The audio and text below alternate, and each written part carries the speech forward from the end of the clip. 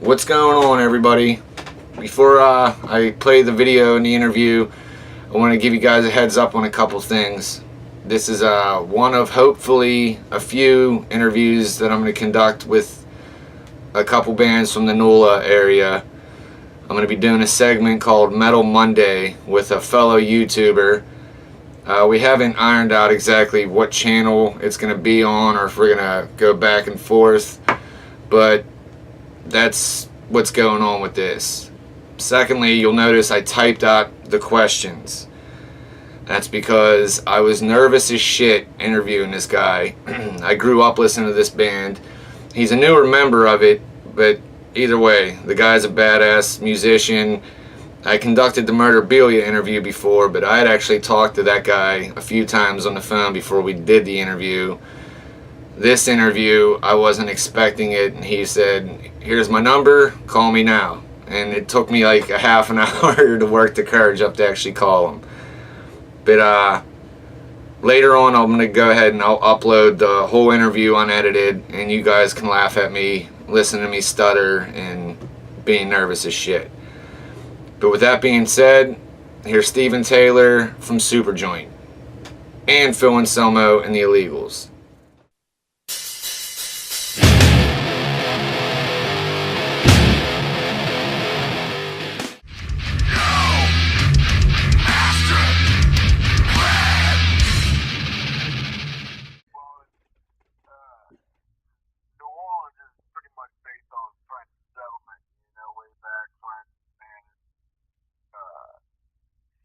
Kind of different than anywhere else in the United States.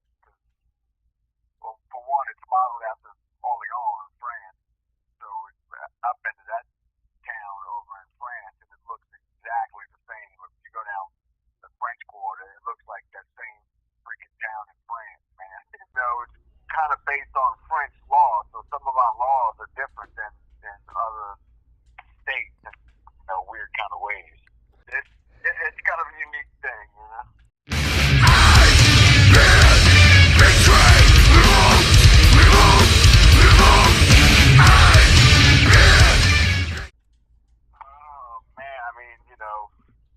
From my time period, my age, my youngest, influences was like Kiss albums were some of the first albums I bought, being a young kid running around music stores.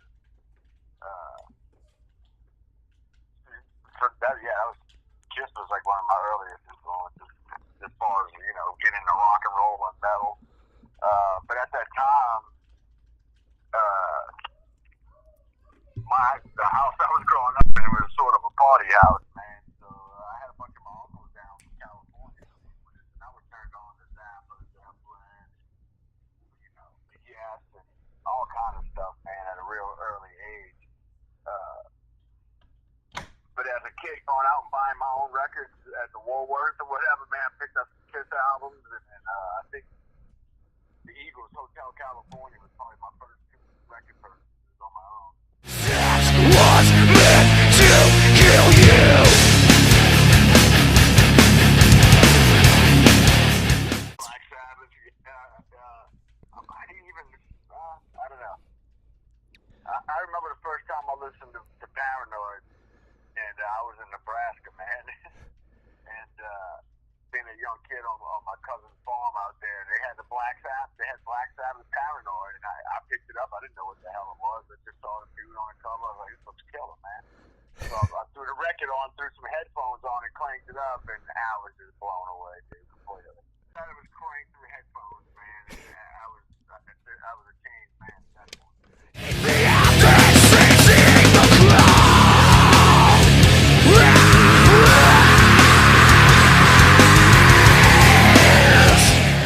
I don't know. I can't really comment on that. I don't know much about the situation or whatever. It's a huge As What? a fan, you always want to see the original dudes, Yep. Especially if they still breathe in air, you know what I'm saying?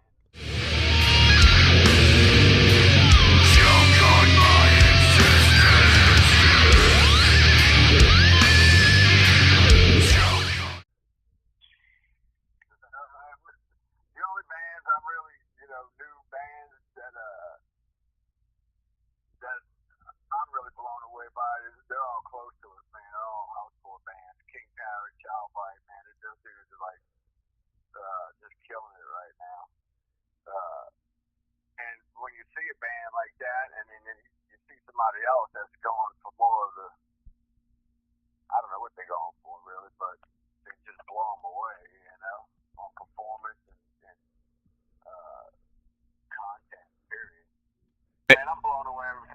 time I see those guys, man, it's absolute road dogs, and you know, it's Black Flag meets Dead Kennedys meets I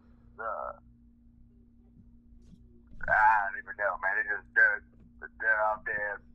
It's punk rock to me. Where were you when it was in me? A hollow blow, a quiet steel, treated slowly to You know, everybody in that band is, you know, stellar, man. Duran is just unconventional guitar player, man.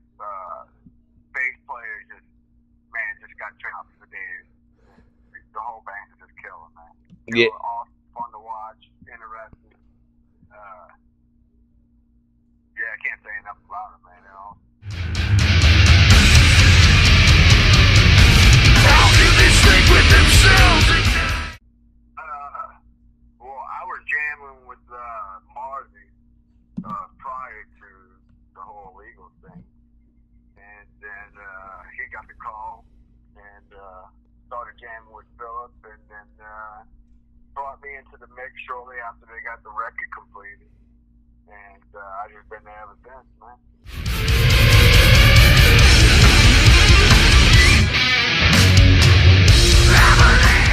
Yeah, I just switched over to guitar because once Marzi left, I mean, I was a guitar player already. I just played, actually, with the Illegals. That's the first time I've ever played bass before in a band. Oh, really? Yeah. Oh, that's cool. That was all new to me, and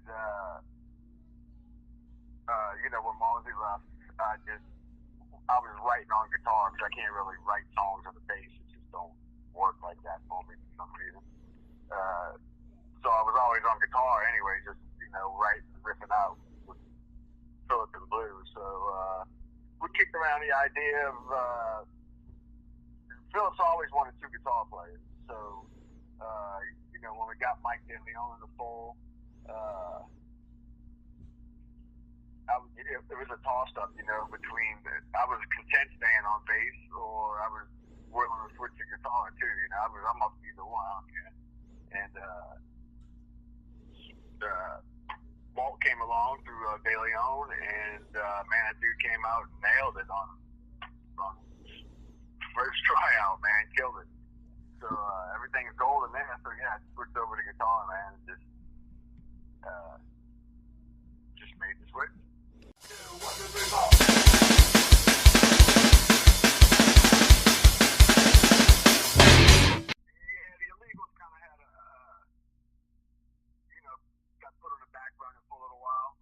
With the lineup change and then the down schedule, and then, you know, in that whole period, we also reunited Superjoint and wrote a whole record, and, you know, did a couple tours with that in the meantime. So we're finally, as the Illegals, getting back on point and getting it all organized and put together. So I think we're talking probably not till the first of the year, probably. Time for the Illegals.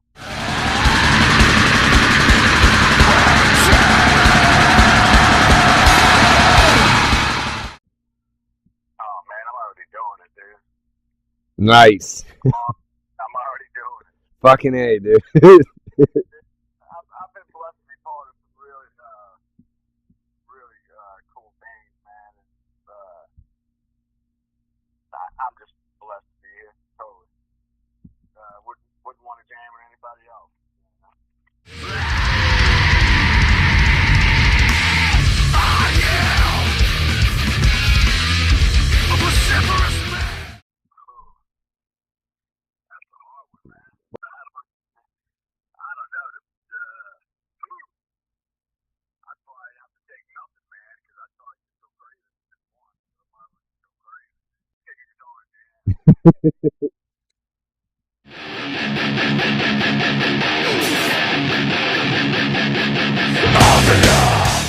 Man, the first, I don't know if it was metal, but my first rock show was April 1. Remember those guys? What age group you are? April 1, the Sign of the Gypsy Queen. April 1, I remember who else was with him. Other than that, I think my dad took me to the Beach Boys. That would be my other first concert, I guess.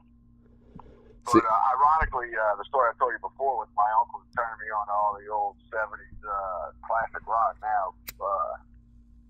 I actually had tickets to go see Zeppelin back when I was a youngin', but they canceled the show in New Orleans because I think Robert Plant's one of his children died or something at the time. Oh man. So I missed out on that.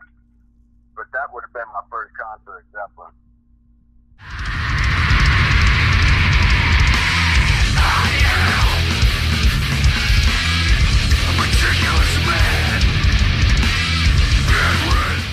I was working, bro.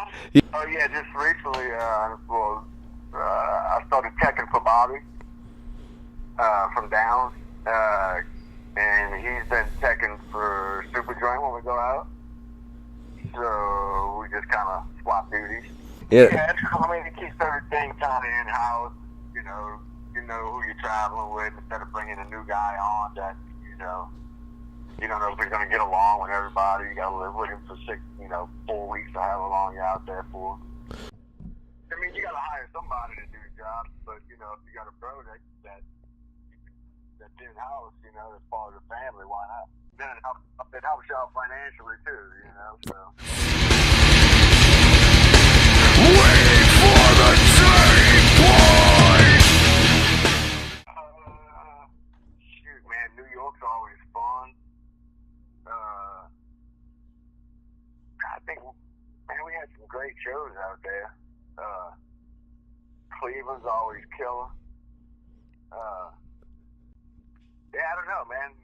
I really don't have too many favorites of this or that, you know what I mean? I kind of soak it in as I go. Yeah. So a lot of the smaller clubs, man, out there that we played in recently just, killed it, man. Awesome time. Yeah.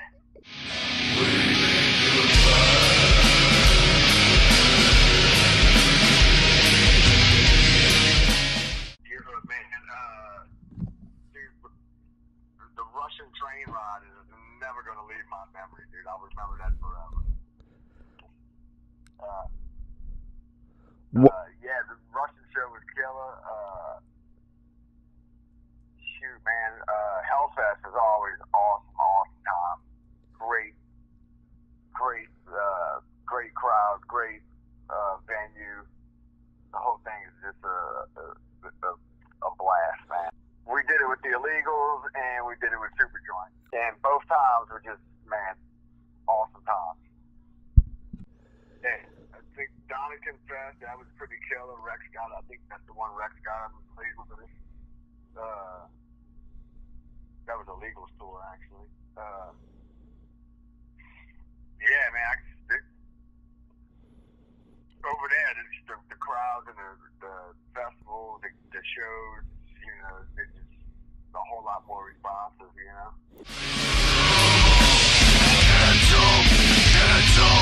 Hands up. Yeah, we gotta get out there. It's been a while since I've been there.